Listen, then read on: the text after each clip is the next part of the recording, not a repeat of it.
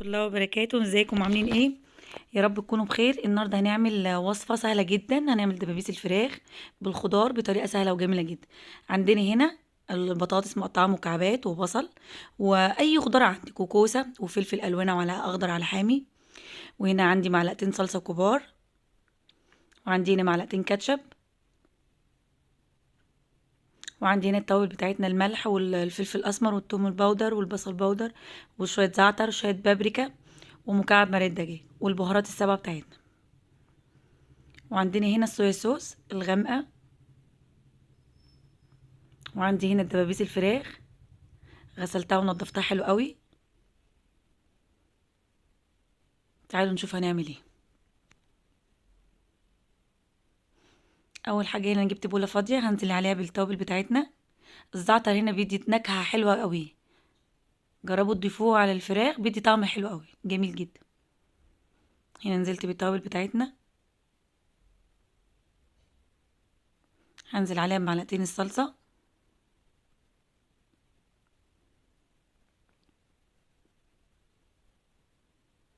ولو عندك مستردة حطي بس انا ما كانش متوفر عندي.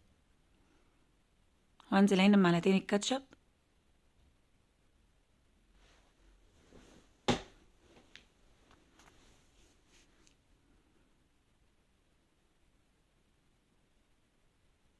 هنزل عليهم بمعلقتين الصويا صوص واقلبهم حلو قوي مع بعض. هنا نزلت بمعلقة زيت واقلب المكونات مع بعضها.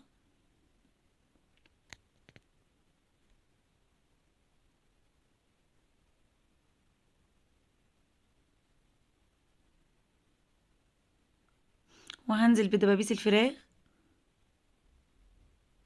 واقلبهم في بعض حلو قوي. ويا ريت بقى لو عملتيها من بالليل وسبتيها للصبح، سبتيها لتاني يوم لما تيجي تعملي الاكل، واقل حاجه تنقعيها 3 4 ساعات.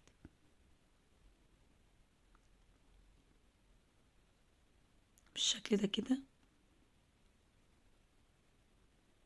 هقلبهم حلو قوي في بعض.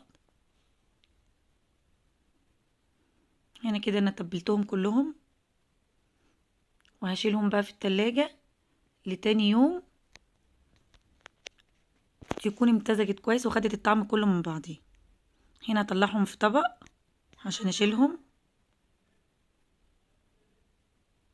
بصوا اللون اصلا ما شاء الله جميل جدا.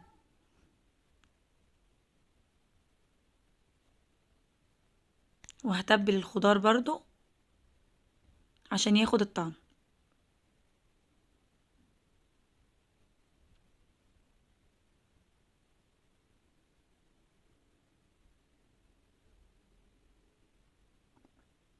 شايفين بقى التوابل دي هنزل عليها بالخضار.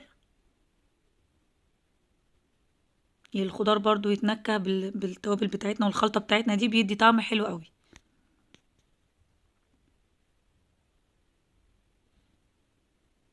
واقلبهم مع بعض حلو قوي.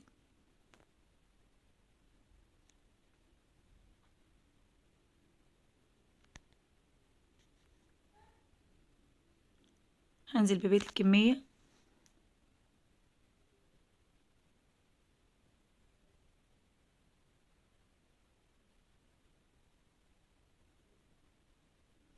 بصوا هنا انا قلبتهم كلهم في بعض بالشكل ده. صينية سهلة وبسيطة وجميلة جدا. هنا انا جبت الصينية اللي عندي، هنزل عليها بالخضار، وبعد كده هرص عليها الفراخ الدبابيس بتاعتنا.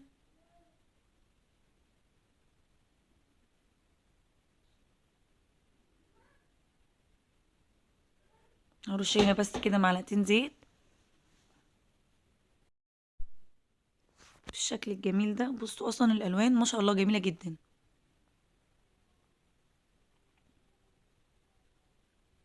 هرص الدبابيس بتاعتنا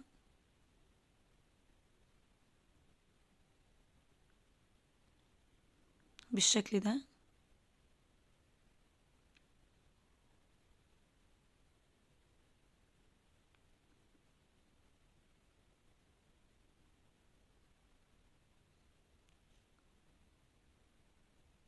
واغطيها بورقة فويل. ما تحطيش اي ميه خالص، هي الخضار والفراخ هينزلوا السوائل بتاعتها، مش محتاجه. هدخلها الفرن اغطيها بورق فويل. اول ما تستوي اروح شايله الورقه ومشغله الشوايه تاخد اللون بتاعها الجميل بتاعنا، وخلاص على كده. متاخدش وقت خالص. بصوا هنا كده في الفرن، بصوا لونها ما شاء الله. انا كده شلت ورقه الفويل. هي كده استوت، بس هسيبها تحت الشوايه عشان تاخد اللون الجميل.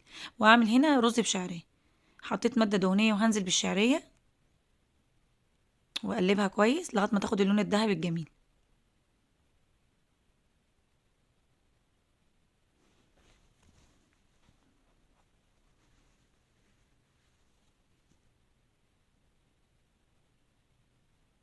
هنزل عليهم بالرز. كنت غسلاه ومصفياه.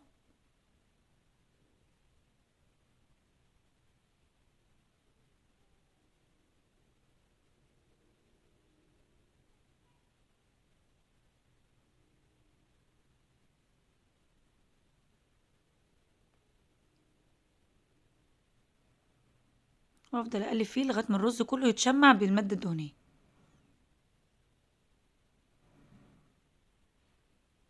هنزل عليه بميه بتغلي.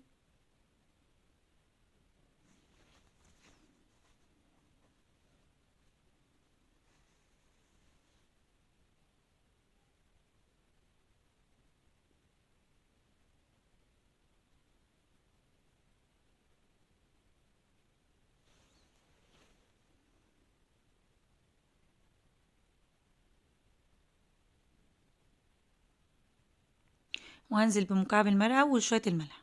وبس على كده.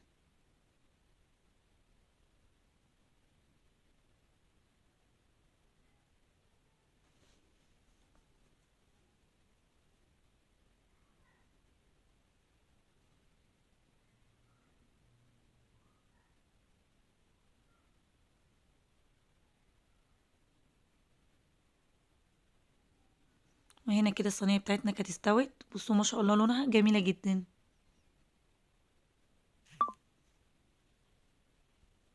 بصوا ما شاء الله. كانت مستويه وطعمها حلو قوي، جربوها بالطريقه دي هتعجبكم. وهنا الرز معانا استوى. وعملت طبق سلطه جنبيها. بصوا ما شاء الله عليها. والخضار فيكم غذائيه جامده جدا برضو، مفيد قوي، حلو قوي. جربوها بالطريقه دي وهتعجبكم ان شاء الله.